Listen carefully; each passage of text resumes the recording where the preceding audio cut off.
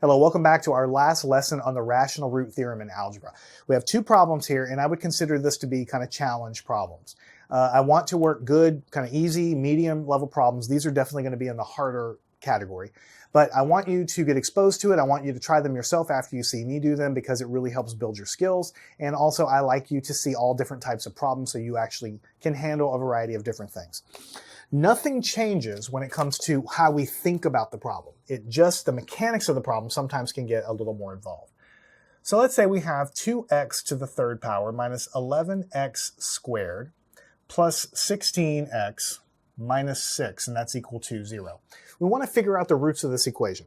Now we know it's a cubic, so we know we're going to have 3 roots. So let's go figure out from the rational root theorem what the possibilities are for the rational roots. So the factors of the first term are plus or minus 1 and plus or minus 2. Factors of the last term, plus or minus 1, plus or minus 2, plus or minus 3, and plus or minus 6. And we've gone through in the last lessons exactly how we figure all that out. So you should be comfortable with writing down the factors like this at this point, or by this point. Then the next thing we need to do is figure out the possibilities. So the possible rational roots are as follows. It's these numbers divided by these numbers. So 1 over 1 plus or minus 1 over 2. Then you move your finger here, plus or minus 2 over 1. Then plus or minus 2 over 2. Then plus or minus 3 over 1. And then 3 over 2. And then plus or minus 6 over 1 and 6 over 2. 6 over 1, 6 over 2. So that's a lot of possibilities, which is it just is the way it is sometimes. There's a ton of them, but there's some duplicates here. So let's kind of simplify these. So this next line is going to be simplifying this list. This is just plus or minus 1. This is plus or minus, what did I do here? This is supposed to be 1/2. Sorry about that. 1/2. And then this will be plus or minus the 2. This again turns into a plus or minus 1, which is a duplicate. We'll catch it in a second. Plus or minus 3. Plus or minus 3/2, and plus or minus 6, and 6 divided by 2 is 3, which is also a duplicate. So let's take a look at the duplicates that we have. The plus or minus 1 is a duplicate with this plus or minus 1.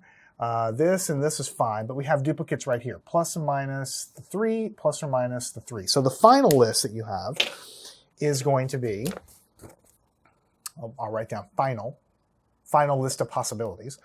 Plus or minus 1, plus or minus 1/2, plus or minus 2, that's a duplicate, plus or minus 3, plus or minus 3/2, plus or minus 6, and that's a duplicate. So we should have 1, 2, 3, 4, 5, 6. 1, 2, 3, 4, 5, 6. And then we have 2 signs, so you have 12 possibilities in all, and that's just not fun, right? Now, we also know that we only have 3 roots altogether, so we only have a few possibilities, right? We could have some roots that involve irrational numbers like square roots. Of course, we could have that. We could also have complex conjugates. We could have some mixture of real and complex conjugate roots. We really don't know. So we start out with the lowest guys, and we basically start plugging in some of these rational roots until we get lucky and we find at least 1. If we find 1, then since we only have 3 roots altogether, if we can find 1, then we can divide it in and find out what the remaining kind of factors are and figure out what the last 2 roots are. So you want to guess and find your first enough roots so that you only have 2 unknowns. That's what you're trying to do. So let's go and try with x is equal to 1.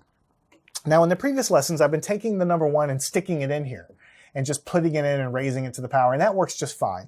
But as you get a little bit more familiar with this, you really want to try to use synthetic division as much as you can to figure out if something is a factor.